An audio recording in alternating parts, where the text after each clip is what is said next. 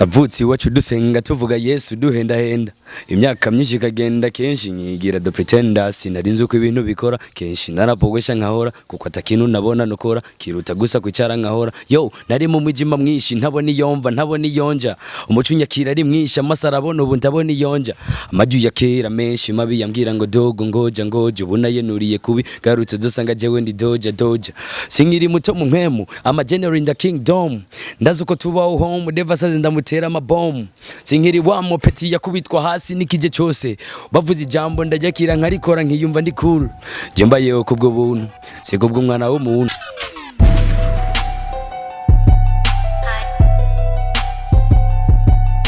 What's up guys? Call me and call the MC, the ninja #1. Iyi ni Ndaho TV. Remember kugira subscribe, like, share na comment. Wowe maze kubikora turagushimira cyane kuko uri umuntu wacu, uri umuntu witeka kuri twebwe icubahiro cawe n'amashimwe yacu kuri wewe. Turi kumwe n'umwe mu baririmbyi baririmba gospel babikora neza cyane araberewe cyane. Murashaka kumumenya? Uhete nsitwagi cameraman.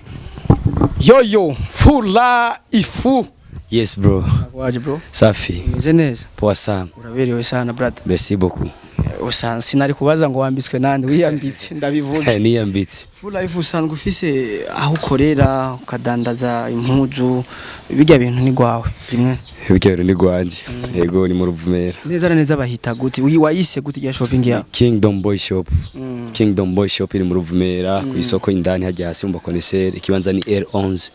Yego. Birakorohera kubikora n'umuziki?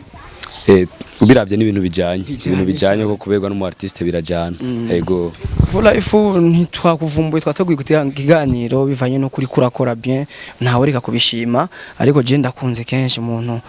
agenda present ivyiwe ukore mu gahogo nasinkakira ibintu bigende bien. Navutse iwacu dusenga tuvuga Yesu duhenda henda imyaka myinshi kagenda kenshi nyigira the pretenders sinarinze uko ibintu bikora kenshi narapogwesha nkahora kuko atakintu nabona nokora kiruta gusa kwicara nkahora yo nari mu mwijima mwinshi ntabona iyomva ntabona iyonja umuco unyakira ari mwinshi amasara abona ubu ndabona iyonja amaju ya kera menshi mabi yambwira ngo dogo ngoja ubu nayenuriye kubi garutse dusanga jewe ndi doja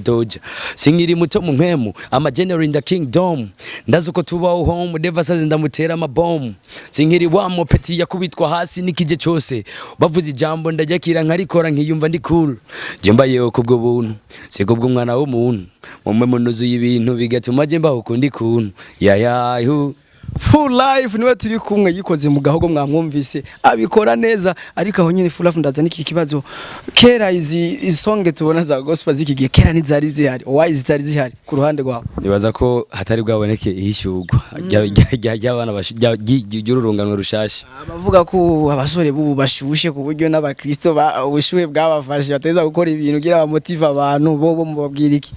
Jambo ry'imana rivuga ngo nzosuka mwe yera kubari n'umubiri bose ku buryo ngo abatama n'abajene byose twese dusanga turavuga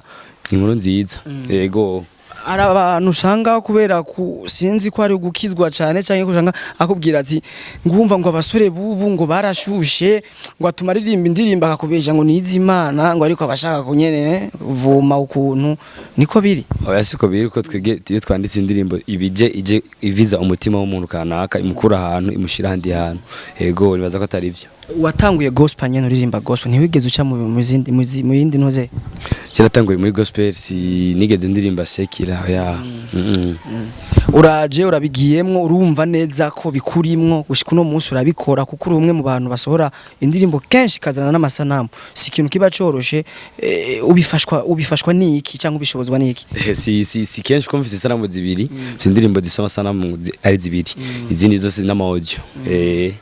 Zose hamwe ufise indirimbo zingahe? Ufise indirimbo zitanu nakoze ndi umwe. Zitanu. Ariko jewe ndafise indirimbo nzi yafashe neza ni ndamufise. Yarafashe yarakoze neza ariko nasinkakerije bien. Izo zibiri zarushije ikizindi ku buryo bigenda neza. Izo zibiri nibaza ko zaje zifise iyindi vibe mu abantu bazakiriye neza kurusha izindi. Yego itandukaniro riri hagati y'abaririmbyi basanzwe sinzi ko baririmba ivyisi cyangwa namwe ba gospel itandukaniro riri hagati yanyu n'ijya? Bamwe bavuga Kristo abandi bakavuga umukobwa cyangwa bakavuga ubuzima bwa tuvuga Kristo. Umva iyo ni itandukaniro rya mbere rihari hagati ya sekira na gospel. Mwe nta buzima muvugamo? ubuzima turabuvuga mugabo ubuzima tuvuga bumatanye n'ikijambo ry'Imana ryagize umwana w'umuntu yego bajye batavuga Kristo bakavuga umukobwa canke ubuzima ntibazobona ijuru oya sindiga nabacira urubanza jewe sinzi gusa ijambo ry'Imana yavuga yuko tutakumwakira Kristo kugira ushike mu bwami bwayo rero nibaza yuko boshika mu ijuru bataramwakira Yesu yego birashitse umuririmbyi byaririmba sekira arakurondeye mukorane wewe vyakira gute par exemple nk'umuntu arandonde dukore collab featuring kurondeye ariko uruwa gospel we nwasekira mwokora go vyakira gute aho kwanza bon je nibaza yuko atoza ndondera hama ngo ce dukora ibyo we washaka ahubwo yoza ndondera tugakora ibyo je nshaka ko tumaze gukora ibyo je nshaka tuvuga ya nkuru nyene tuvuga inkuru y'ubwami sindamwemera ko tuja kuvuga umukobwa ushaka kwemera aho kivugira ubuzima busanzwe ho gashaka ati wewe vuga ya nkuru wo vyakira wo bikora je sino bimwemerera oya sino bimwemerera wewe ni nzira imwe ntazohindura ni one way Jesus uwaririmbye tuza aririmba umukobwa wiwe nawe aririmba gospel usenga muri jijisi ego musenga hamwe reka tumuvuge naco yaririmbye tuza aririmba umukobwa wiwe mbega nubona ko kakano nako gahari oya jya ndirimbo ngira nturafata gatime keza ko kuyumviriza uzoyumviriza by'ukuri tayito niyingohera harimo inkuru nziza gusa uravye tayito urashobora kuzenda hari amatayito usanga arenze ugasanga tayito ije uravye kuri tayito gusa ushobora gutahura ko harimo message mugabo ufasha gatime kumviriza ijya ndirimbo irimo iratekeyemwo ikintu uhora uryoherwa cyane iyo views ko ziraduga kuri YouTube bo nibaza ko ata muntu numwe atoshimishwa n'umusaruro ukina ariko arakora uzibuze urababara simbabara ko ndizera cyane n'umuntu atashoboye kwishira kijya views mugaye indirimbo yayibonye egare ko yamukoze ko naho atashoboye gushira kijya views ijya like ego kubera ko hari umuntu abaririmbyi ba gospel ndibaza benshi bavuga ko bataba bari mu vyashara baririmbe kugira binzize kuri YouTube canke abaririmbye kugira abantu bavyakire niko naho vyakire bon oya byose birajana kuko amafaranga canke ibintu bije kubera kijya kwa uba wakoze ni basi ndabivuga gute ni vyamwa uba wamuje mu gikorwa bawakoze rero igikenewe si bijya bintu kuraronka igikenewe kwanza ni kijya kintu kwanza ufise nico kizana bijya bindi yego iyo umuntu akurondeye agushire mu giteramo kenshi wo musaba ibintu bibiri bya mbere umusaba cyane ibintu bya mbere namusaba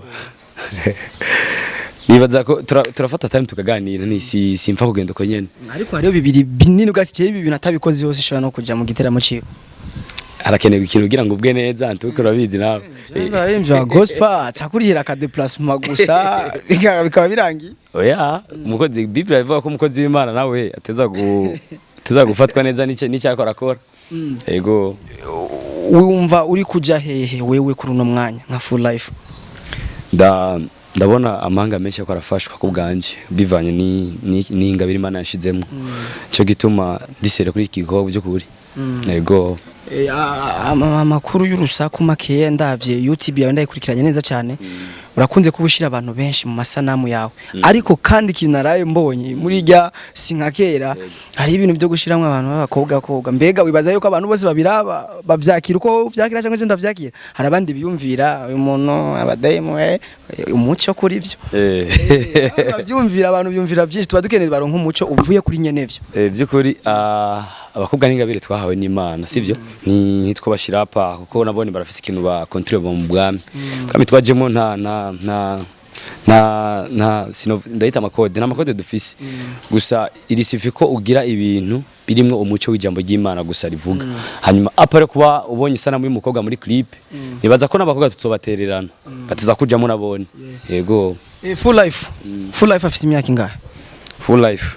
c'est 23 ans 23 ans yitwiswe gute n'abavyeyi be na Fulgence irambona Fulgence yarahejeje ishure yahejeje secondaire ibindi yarabe ntarayitangura yego ariteze kwitangura ntubeshe ukabesha nzokugarukana imyaka 5 yeze mvuga ati yarabeshe kukirobesha akabusye ko kubesha karamvuye simbeshe akabusye ko kubesha karamvuye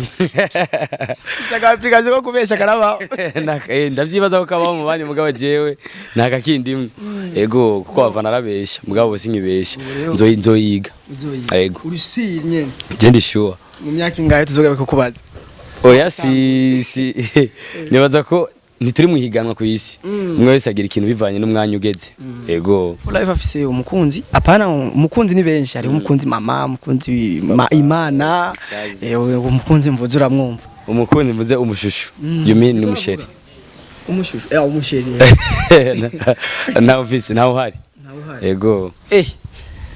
gute sasa nawe mfise uko ntiyaragera ibintu byose bigira umwanya wabyo twasubira ngo urindire bagutera imitoma wewe je ntibibaho nta mungu batera imitoma tugende kapera nanda mufise kugira bavyumve neza ibintu ko vyaryoshe you made me to be danger all my life changer wampaye ubuzima byo kura pani byo guhonja nari nk'umusranger nkabaho nk'uruhinja nawe uza kubaho neza ubundazi niyonja ase nta kintu na kimwe kiriho no kwishimirai nta nicozi wanje jewe no kwiratirai kiretse uwo nkuzo butazompemukira never ever atazigera mbanirai I'm so happy my Jesus I got you like the way you come and live within me yeah I mean a party to live with you keep it doing the great things in me yeah utuma niyobora nkiyongeza mu nkomezisha umusi ku wundi nkashishikara kuba musha ibi byiza muri wewe na wari kubihusha bujya kukugira no kwiyita umunyamugisha yeah vyaryoshe waze si jewe je nzana ibintu biri ku mwanya babantu bafise amazwi uko yari niko bayaza Full Life gushirira ihereni kuri kugutwi kwawe wo bitahura gute bibi vyiza ni mahoro kaguciye mu gashireko ruhande rwa ariko yego igisuko ni sawa mugabo byose bigira umwanya for example nk'umuntu ashobora kuba ngiye nka Jamaica kugira mfata aba Jamaica by'ukuri bya vrai ndashira ko Madrid yego ariko guma muri mu kwa kwizera ko kuri kwanje rega umuntu ni mwemu umuntu si ibintu biboneka ushaka kwambara impuzu mbi mugabo muri wewe uri smart yego Full Life tuko tubana neza numva ntokureka ariko kugira biryohe neza bisaba ko ndakureka kugira turondera ibindi tubibikira undi munsi nituzobura ibyo tuzobaza ndasaba igya ndirimbo nyibutse tito indirimbo ya gatatu wakoze ndayibagiye tito gato yitwa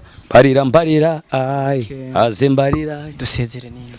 navukiye mu muryango wo munari ya Yuda kudomina mu buzima nivyo byanje burya ndabikora n'insinzi nadevoka kamujya ko nakiri isoko ry'ubuzima budashira iri nyuma yaryo kuva kerana ntaryo niyivuze ntiyigera yivuguruza I put money hayo nakena cry out kondo umwami ntazigera nicuza maso yanje yarambona burya ho narindi iyo utaza ko nkiza jewe nubaye ubundi bagiza sehera baje wangiza ukundi hadi sasa maisha safi na sikweka ufundi kora ibirenge y'ubwenge bwanje nisanga mu buzima ndiko mbaho nganje inguvu fizike nizo sifizi byanje muri yo gusa niyo nezerere cyo hanje yayawo iri nyuma yaryo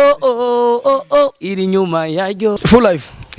twaryohewe je naryohewe kurusha nsezera abakunzi bandaho TV ahubwo broka ndagusezere hama ndasezera abakunzi bandaho TV kandi nkaba ndabayimbuza cyaguza kuri channel yanje ya YouTube mugira ama subscribe kuri murondera indirimbo ya Singa Kera ifisa amasanamu meza nakoze ku bwanyu jako mugire subscribers na shares na comment ndazibone hama dushike dukayangana mu bwami twajemo hama nawe ndabasezeye cyane murakoze mwanyuragiye thank you so much bro yashima merci beaucoup bakuzi bandaho TV ni Mr Ndaho Andy the MC remember kugira message ushikirije ucishije muri commentaire zacu turakeneye ko abantu banyu mugira ico mubavuze ko impanuro cyangwa mu kubatera intege ni Andy the MC kuri micro nyuma ya kamera makumwe na dosi Deninja number 2 ni Ndaho TV bye bye ciao